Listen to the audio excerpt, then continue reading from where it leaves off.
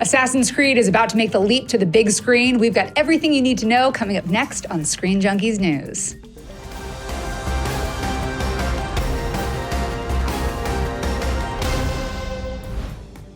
Since 2007, Assassin's Creed has been a powerhouse title for Ubisoft and any console or PC it touches. With 9 main titles, DLCs, comics, and other supplemental materials, come on, it was only a matter of time before it hit the big screen. With me to talk about the game and whether or not it is ready for its close-up is, of course, the lovely Dan Merle. Oh, thank you. The incomparable Maud Garrett. And on the socials, we got Charlie Feldman. All right, guys.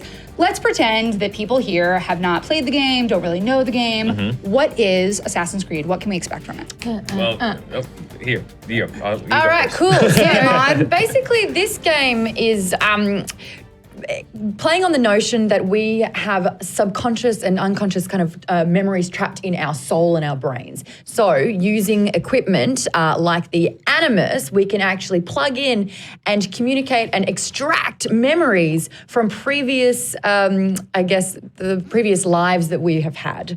And in this case, they are targeting a person because his previous lives have been that of an assassin, but not any old assassin, one from the Brotherhood whose job is to take down the Templars throughout history. So basically, you're finding out information throughout different periods of history, and Assassin's Creed has covered a bunch of different histories in the past, but you have to figure out who the good guys are and who the bad guys are, and apparently the Templars are the bad guys. Yeah, it's a bunch of very convoluted things about ancestors and inherited memories and going back in time, but you're not really going back in time. It's time travel without time travel. It's like a holodeck with wrist blades and a little Da Vinci Code sprinkled in. It's a lot of different stuff. What do we see so far? You guys have not yet seen the film, correct? No, not yet. So based on what we have seen with the trailer, what do you think the differences are going to be between the movie and the game? Well, it looks like they're going to, they're bringing the action of the game to the movie, which is great because that's obviously the key drawing point. Now, sexy parkour. Exactly, sexy parkour.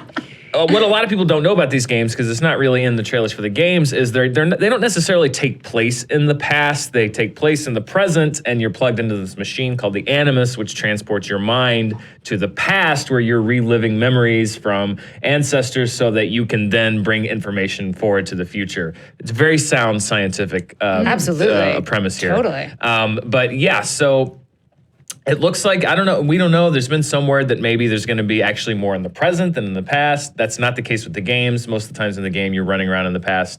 You come to the present to walk around an office for 10 minutes, and then you go back in. The big difference as well is that we're actually not going to completely copy a game that's already existing. So Michael Fassbender, that took a lot for me. Not Fassbender. You did a great job.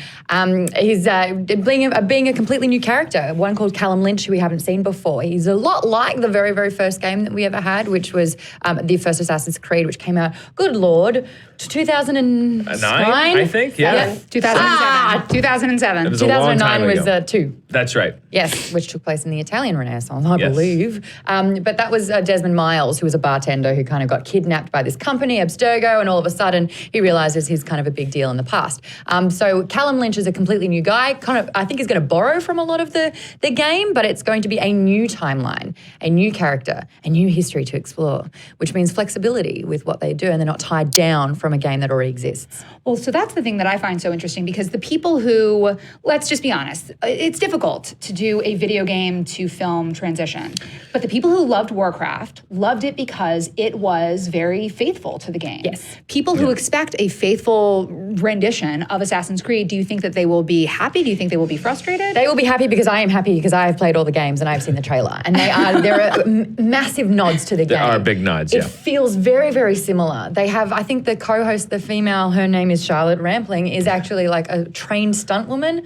She's really kind of good at that kind of fighting style and parkour, which you need to be, which is quite sexy. I don't know if you've heard about that. But also things like the leap of faith, where you climb to the top of a building, really super high, which is supposed to unlock an area so you can kind of see where you have to explore. And then you dive into, there it is, and you dive, get this, non-gamers, you dive into a haystack. The world's softest, And largest, deepest haystack. Yes, you dive about 19 stories and land successfully on your back and you walk away. Ha! How You know good what? is this? That's my favorite thing at Comic-Con every year. There's always the Assassin's Creed like parkour run I have that to fans do can it. do. It And was then when they do the leap of faith, it looks so awesome. It's so, and I've never been able to go because the line's always too long, but I'm like, I want to jump off the top of something and land on something soft. No, don't. No, Why? I couldn't do it. Why? Because I'm petrified of heights, but I did the actual obstacle course. And like previously, all these parkour experts were like flipping around. It was so effortless that I was like, sign me up.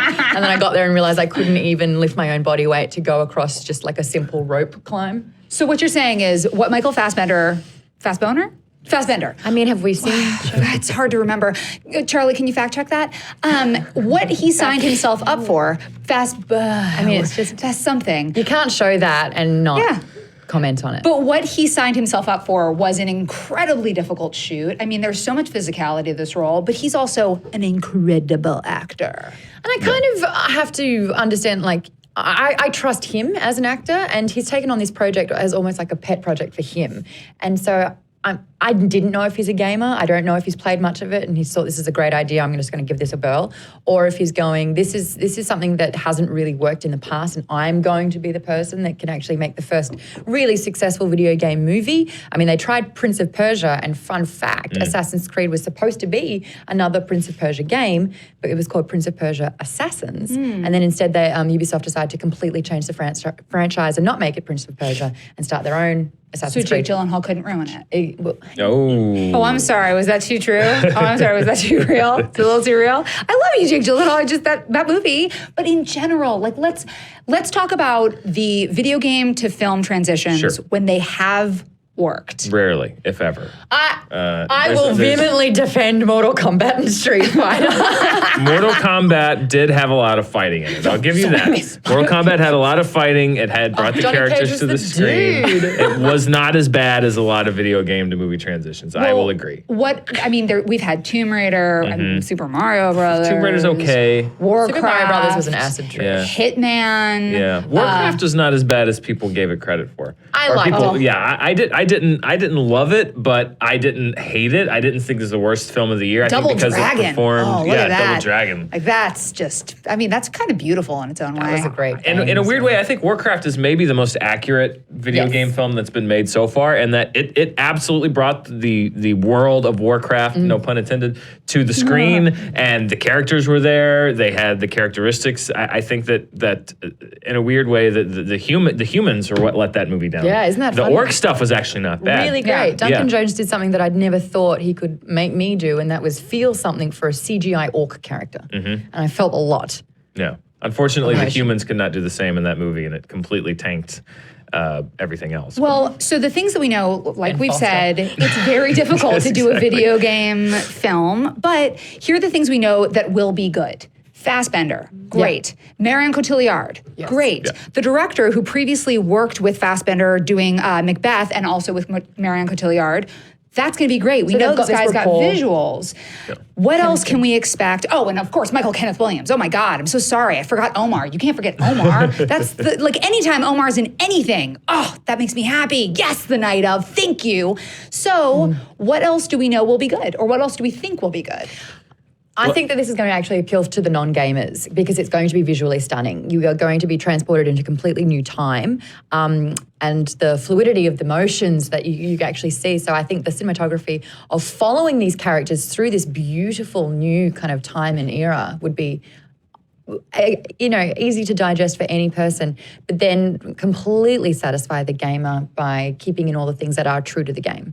What do you think, Dan? It's a win-win, isn't it? Yeah, I think it's interesting because, as Maud kind of pointed out, there are elements of the game that we've seen. We've seen, like, for example, the Apple of Eden. What looks to be the Apple of Eden, which that was like the big MacGuffin for the first 2 or 3 Assassin's Creed games, was you're trying to prevent this worldwide catastrophe by finding these pieces of Eden, which had the keys. That's what the Assassins and the Knights Templar were competing for because it held the key to the world. It looks like certainly that might be an element of the plot. So it's going to be something that's very familiar for the gamers, but they are breaking it, and it's not Desmond. And so it feels like they're going to try to create this hybrid world of their own movie combined with the lore of the games. It'll be interesting to see what the balance is between action and storytelling, what they're trying to do.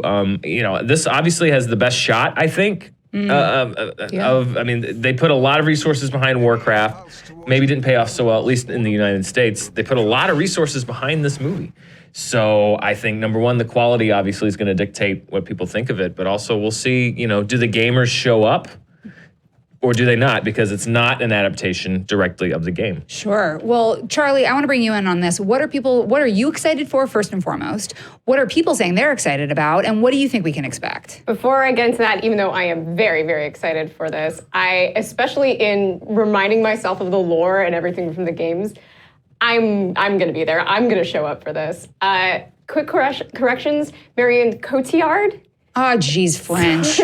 French. Also, I only know this woman's name because I have it in front of me. Ariane Labed is who I think you meant. Charlotte Rampling. Is very old. Zardoz and The Night Porter. Oh, yeah. She's a little old to do parkour, but I was like, Charlotte Rampling did parkour? Yes, that's what's up. She could. She is a very handsome, very capable woman. Is she a French woman as well? Yes, she is. Yeah, right. What was her name again? I want to remember. Ariane Labed. I'm sorry if I'm mispronouncing that. I think she's a dancer. I think she's the woman you were in. Cotillard? Cotillard. Cotillard. That's a yeah and the two L's there. So not quite sure what commenters are saying, but I know I am looking forward to Fassbender, who apparently was a fan. Apparently he's been a part of this for 4 years, has been attached this whole time. I want to see how he brings his physicality and his gravitas to the character, even though it's not Desmond Miles, which I think is a little bit of a mistake. I don't think there's a reason to really not do that storyline because they seem to be kind of aping it. Yeah. So why not go for it? But I'm excited. I'm looking forward to see what they do with it. And Jeremy Irons forever. Oh, Jeremy Irons for always. I'll tell you why they're not probably going to follow the Desmond Miles, the first Assassin's Creed. That's because and this could be the mistake of a lot of video game to movies, is that as a gamer, when you're playing the character and you know the storyline, or you're so immersed in the game because you are the character. But then when you translate that to a movie and you're watching the character and you don't have any control over this particular person or the storyline or the decisions that are made, you feel that detachment. And I think that's where it can lose its translation. And that's going to be the big question. Like we were talking earlier before the cameras were rolling about gameplay and how you want cutscenes to like skip. So this movie is a big cutscene. So you want to not want to skip it, want to not like go and stab necks with your wrist. So we'll see. Well, if this is successful, we're probably going to see a lot more of video game to film adaptations. So we went to Twitter and we asked you guys what video game you would want to see and who would you want to see directed. We've got some great answers.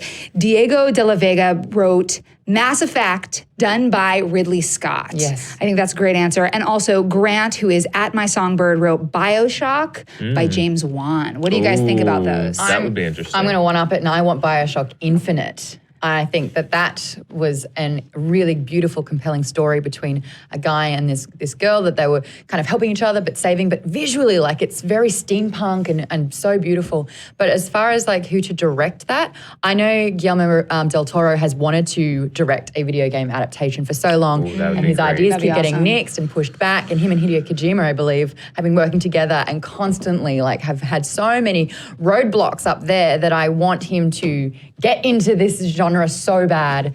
But I think Mass Effect would be great. I think any of those trilogies would be fantastic. And if this movie hits and they don't make Assassin's Creed Black Flag as the next movie, they're crazy, because that's the best Assassin's Creed game. I love that game. Pirates, high seas, adventure, so much fun. That's why Pirates of the Caribbean did so well. And the first one did. They made a lot of money, man. They made tons and tons of money. I mean, my hope is this could be Michael Fassbender's Deadpool. We will see. We will see very soon, but we want to know what you guys think. Please let us know in the comments. You can tweet us at SJ News. And of course, you can always click here for more Screen Junkies news. Thanks so much for being with us. Assassin's Creed.